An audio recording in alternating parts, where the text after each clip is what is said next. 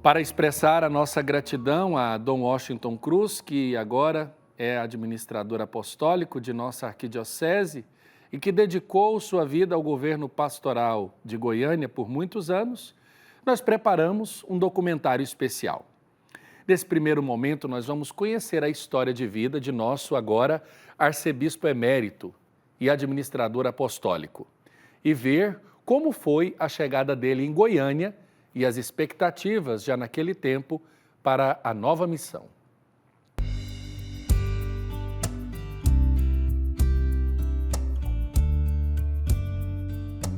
Foi no dia 25 de maio de 1946 que ele chegou ao mundo na cidade de Itabuna, lá na Bahia. Seu nome de batismo, Washington Cruz. Filho de José e Dejanira Cruz, é o sexto dos 6 filhos do casal. Desde pequeno, foi criado na fé católica, iniciando seus estudos primários no Colégio Divina Providência, em sua terra natal. Por sentir o chamado à vida religiosa, ingressou ainda muito jovem no seminário da Congregação da Paixão, no dia 16 de janeiro de 1966. Em Itabuna, onde os nossos padres atuavam como párrocos, e ele sempre ia na missa, e aí começou a conhecer o carisma de São Paulo da Cruz. Ficou apaixonado do carisma e ingressou na congregação. Mas, sendo o primeiro, não havia no nosso vicariato o noviciado, outros estudos de filosofia, teologia. Por isso ele foi fazer o noviciado na província que já existia em São Paulo. E de lá foi para Roma, exatamente para o curso filosófico e teológico. Eu passei 3 anos em Roma e 3 anos em Salvador. Em Roma, sendo ele 2 anos à frente, ele no ano 71 voltou para o Brasil para ser ordenado sacerdote.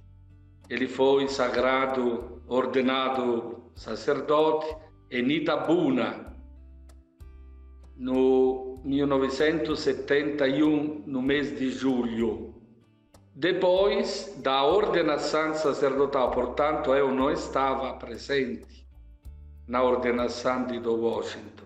Ele retornou a Roma, terminou os estudos e de lá ele foi para a Inglaterra para aprender a língua inglesa. E de lá voltou para o Brasil. No ano 80, eu vim no Brasil como missionário. E ele já estava em Salvador como reitor do seminário. Havia seminaristas e era também o pároco da paróquia. E desde o ano 84 até 87, eu permaneci também com ele no convento, paróquia da Boa Viagem, em Salvador. E naqueles anos o admirei ainda mais, e destacando nele um grande amor pelas missões populares. As missões populares é um grande destaque da vida de Dom Washington. Outro ponto a destacar é a sua grande missão de formador. No campo vocacional, era praticamente só ele que pensava aos vocacionados, se tornando seminaristas e depois religiosos. E Dom Washington levou à frente também este outro serviço de uma maneira, eu poderia dizer, perfeita. a paróquia se tornou, com a presença de Dom Washington, uma outra paróquia. Ele favoreceu muito o encontro de casais com Cristo, portanto, a família, o que é a base, inclusive, não apenas da vida cristã, mas também da sociedade. E Dom Washington levou à frente com muito amor e competência também esta qualidade de conquistar as famílias para a igreja. Depois houve outro momento a destacar. Ele trabalhou com Santa Dulce também. Trabalhou com Santa Dulce. Foi chamado para dar uma contribuição espiritual a uma fundação que a Irmã Dulce tinha realizado, Filhas de Maria, Servas dos Pobres, onde ele ia cada mês para dar instruções da vida religiosa e para o atendimento espiritual de cada uma das vocacionadas lá. O trabalho cheio de amor e dedicação do então Padre Washington rendeu bons frutos, tanto que ele foi ordenado bispo em 1987. A partir daí, assumiu responsabilidades ainda maiores, até chegar na Arquidiocese de Goiânia no ano de 2002 e se tornar pastor desse grande rebanho. E no ano 87, que eu era o superior do grupo dos passionistas da Bahia, recebemos o que já estávamos esperando, a notícia da nomeação ao episcopado do nosso querido Padre Washington, se tornando Dom Washington. E no mês de maio de 87, aconteceu o grande momento na Catedral de Salvador, onde o bispo auxiliar, Dom Thomas Murphy, ele consagrou Washington a ser bispo e ele, como primeira diocese, foi para São Luís de Montes Belos, perto de Goiânia. E após alguns anos de São Luís de Montes Belos, passou para Goiânia como arcebispo. E foi grande a expectativa para a chegada de Dom Washington. Como ficaria a Arquidiocese de Goiânia? Dom Washington era bispo na Diocese de São Luís. A minha família é daquela diocese, então a familiaridade e a convivência com ele foi grande desde a minha infância. Dom Fernando morre, entra Dom Antônio, que vai na mesma linha. Dom Antônio encerra o seu governo e Dom Washington de 2000 até 2002, quando ele assume, é a preparação do encerramento do governo de Dom Antônio e a expectativa que bispo viria, se teria aquela mesma linha de Dom Fernando e Dom Antônio ou se teria uma outra linha, porque haviam campos enormes que não eram atingidos, porque foram anos, décadas, na verdade quase 4 décadas na mesma linha teórica, que era a formação dos leigos e o engajamento do leigo no mundo. Então houve, de certa forma, um esvaziamento muito grande com a discussão e a formação para dentro da igreja. O próprio drama das vocações, o esvaziamento, as vocações sacerdotais, um pouco investimento na formação de padres na arquidiocese. E Dom Washington não era muito tranquilo, era tenso.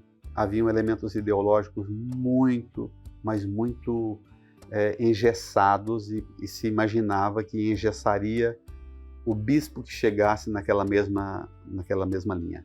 Mas que linha teria esse bispo? E Dom Washington vem fortemente marcado por olhar para a igreja e zelar um pouco e cuidar um pouco desse ambiente interno da igreja que precisaria de uma forte avaliação. É aí que entra o ministério dele. Dom Washington forma, logo que ele assume, ele constitui uma comissão de transição, formadas por um padre redentorista, Primeiro foi chamado o padre Valmir Garcia, que imediatamente não pôde assumir. Assumiu primeiro o padre Rafael Vieira, depois já formado no campo da comunicação, trabalhava na rádio difusora, tinha uma grande influência e um vínculo muito forte com o Dom Washington por causa das rádios católicas da Diocese de São Luís.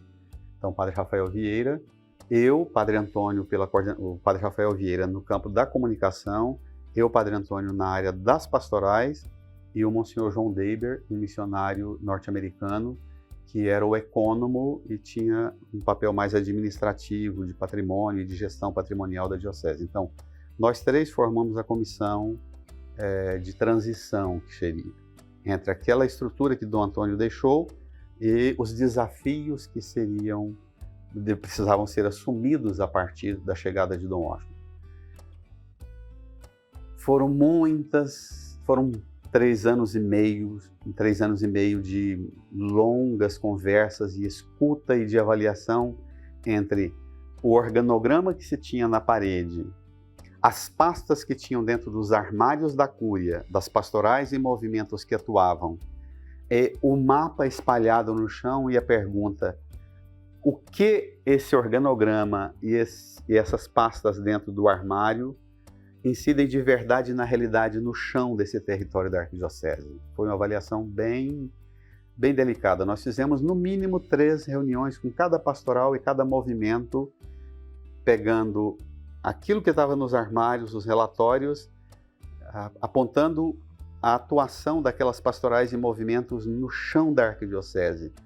Onde cada pastoral, cada movimento atuava de verdade, a gente ia marcando cada pastoral, cada movimento com uma tinta, com um alfinete, íamos pintando o território da Arquidiocese.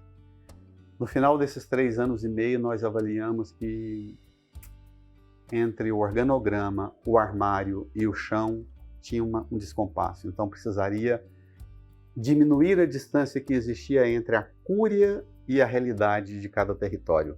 Aí cria o vicariato.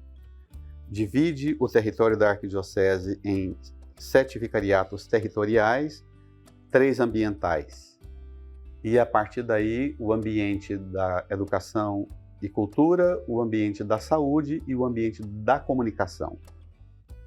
E os territórios, os 7 territoriais. Foi muito interessante pensar e começar a levantar os problemas que existiam nos territórios ou nos ambientes. Criou esses vicariatos. Cada vicariato era subdividido em foranias, em regiões ainda menores, e um processo de diálogo bem mais próximo, bem mais junto à realidade.